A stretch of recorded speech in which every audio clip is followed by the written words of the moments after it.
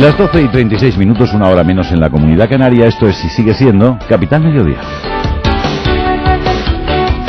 Y como es habitual, todos los lunes contamos con la ilustre presencia de un hombre que sabe mucho de casi todo, que es don Pepe Cabero. Don Pepe, ¿qué tal? ¿Cómo estás? Encantado de saludarlo, Javier. ¿Eres un sabio? Pues no, sencillamente no.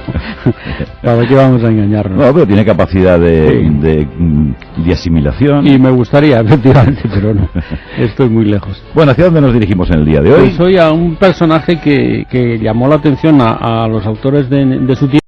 Por ejemplo, un relato como Berenice, que es un hombre enamorado de su prima, que se casa con ella, la prima pues, sufre catalepsia, y bueno, pues aquí se ha convertido de lo que aconteció a Mardoché la noche en que confundió a su propio jardinero con una geisa de una escritora madrileña, pero de origen tunecino, Sassi Alami, que hace una versión tremendamente interesante. Aquí el barril de amontillado de Poe, que es la venganza de un hombre a otro que le empareda, se convierte en la Montilla, que es una prostituta que se venga de un juez. Ahora que están tan de moda los jueces mediáticos, pues esta prostituta se venga de un juez que le arruinó la vida y le hace... Bueno, no voy a contar lo que le hace porque tampoco es cuestión de destripar el libro. Y la caída de la casa User, por ejemplo, de Edgar Allan Poe, se convierte en la caída de un gran rascacielos, contado por Raúl Hernández Garrido, de una familia burguesa catalana, un rascacielos edificado por un arquitecto de origen asiático, pero el norteamericano, con todo el lujo, un rascacielos en el que hay todos los vicios, y convierte la caída de esa casa User en la caída de un rascacielos que puede ser muy representativo de la que es la sociedad contemporánea y sobre todo la del capitalismo salvaje. O sea, vamos, yo estaba repasando un poco la biografía de este caballero y anda que no hizo cosas en tan poco tiempo.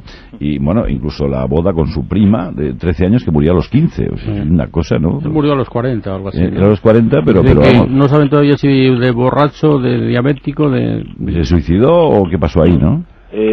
Este hombre creo recordar, porque yo reconozco que las biografías al final no me centro mucho en ellas porque más bien me interesa la obra de los autores. Claro. Pero creo recordar efectivamente que era alcohólico, que era seguramente drogadicto y también tenía problemas psicológicos, o sea, tenía un poquito de todo. También es cierto lo del enamoramiento de la prima, eso él lo plasma en su obra, o sea, esa prima con la que se casó está plasmada en alguno de los relatos más dramáticos, ¿no? La mujer, que era muy jovencita, murió de tuberculosis 2 años después de escribir El Cuervo, y la verdad es que, bueno, él estaba francamente trastornado, se han atribuido... Ya digo, no soy experto en la historia del personaje porque me interesa más su obra, pero sí que se ha atribuido su muerte a una congestión cerebral, al alcohol, al cólera, a las drogas, al fallo cardíaco. Incluso se ha hablado de rabia, de suicidio y de tuberculosis. Lo curioso es que un personaje que murió hace relativamente poco, no hay verdadero conocimiento de que murió. Y esto es una de las cosas que quiero destacar de este libro y de otro que hemos editado anteriormente, que es 250 años de terror. La mayoría de los escritores que han pasado a la historia, en su vida no les conoció nadie, prácticamente nadie. Muchos murieron en la miseria, otros suicidándose, otros totalmente destrozados por el alcohol y las drogas.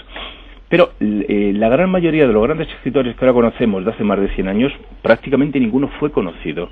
Yo siempre cuando nos llegan escritores que tienen calidad y que se deprimen, dicen, no, es que estoy escribiendo para nada. Yo siempre digo lo mismo, no pienses eso porque prácticamente todos los escritores que conoces ahora son los que fracasaron en su época. Y quizá una de las cosas que a Poe también le perdió, igual que a Lovecraft, es que pasaron totalmente sin ser conocidos por su siglo, ¿no? O sea, sí que conocían a otros escritores, pero eran desconocidos. Ya, de hecho, pues lo que os comento, no se sabe muy bien cuál fue la causa de la muerte de Poe. Quizá fuera una cuestión pues relacionada con eso, el uso de alcohol, de las drogas, y posiblemente lo del fallo cardíaco, pues sí, suena bastante lógico en un hombre que cometió muchos excesos. Y luego su mala vida, ¿no? Su mala vida, sí, no tuvo... Pero bueno, esto es muy normal, o sea, en autores de la época. Pienso en el francés Fillier de L'Isle Adam, que es el autor de, para mí, la novela más grande de finales del XIX, La Eva Futura. Son autores que describen mundos grandiosos, para lo bueno y para lo malo, pero que vivieron en condiciones económicas tremendamente duras. O sea, Villiers, por ejemplo, es un autor que escribió La Eva Futura, no tenía ni mesa en su casa y escribía en el suelo usando papeles ya escritos por el otro lado y mezclando agua con tinta, ¿no? Pues son autores que sobrevivieron a condiciones muy duras de vida que ahora cualquier autor actual no nos imaginamos esa posibilidad, ¿no? Él vivía de su trabajo, no vivía de la literatura, como se puede figurar todo el mundo. Estuvo trabajando en Baltimore, en Filadelfia, en Nueva York, y bueno, pues iba pasando de ciudad a ciudad, ¿no?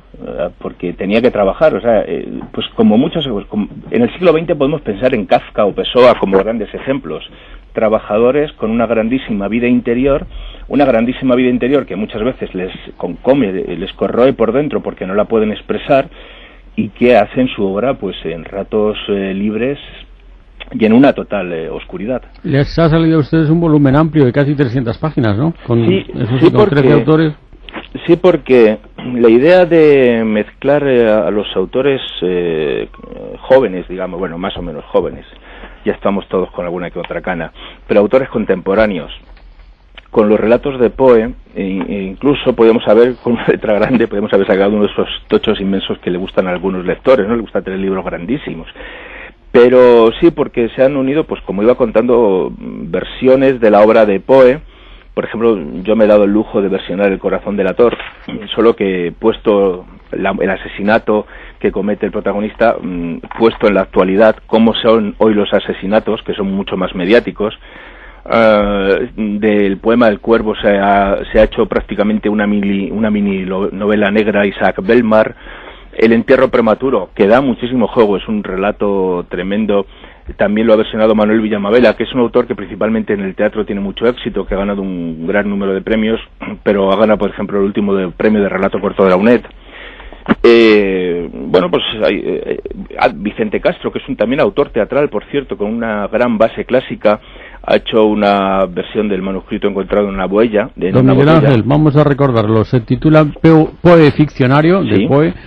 Lo acaba de editar en Ediciones Irreverentes. Son 298 páginas y tiene nada menos que 13 autores, aparte del propio Edgar Allan Poe, obviamente. 13 escritores contemporáneos que demuestran que el horror del siglo XXI produce un mayor espanto, que somos capaces de crueldades que asombrarían a nuestros abuelos. Y para aquellos que amen el terror, mañana en la Casa del Libro de Hermosilla 21 en Madrid presentamos el libro a las 7:30 de la tarde, así que están todos invitados a ir a la Casa del Libro de Hermosilla, donde estaremos encantados de hablar de terror, porque no solamente va a ser una presentación del libro, sino que vamos a hacer una mesa redonda para hablar de la obra de Poe y también del terror en general, sobre todo del terror del siglo XIX que nos apasiona. Y a solo falta que dijera, y estará allí presente firmando autógrafos o firmando estará libros. Luis Alberto de Cuenca, que es una de las personas que más saben de terror y de literatura fantástica en España. Uno de los autores, de los 13. Pero yo digo, imagínate que pudiéramos decir que estará Edgar Allan Poe firmando. Sí, sería... Podemos hacer una ouija. Podemos hacer una ouija. No llegará a tiempo, me temo. Don Miguel Ángel de Ruz, muchas gracias, un abrazo. Muchas gracias a vosotros, un saludo. Buenas tardes. Hasta luego.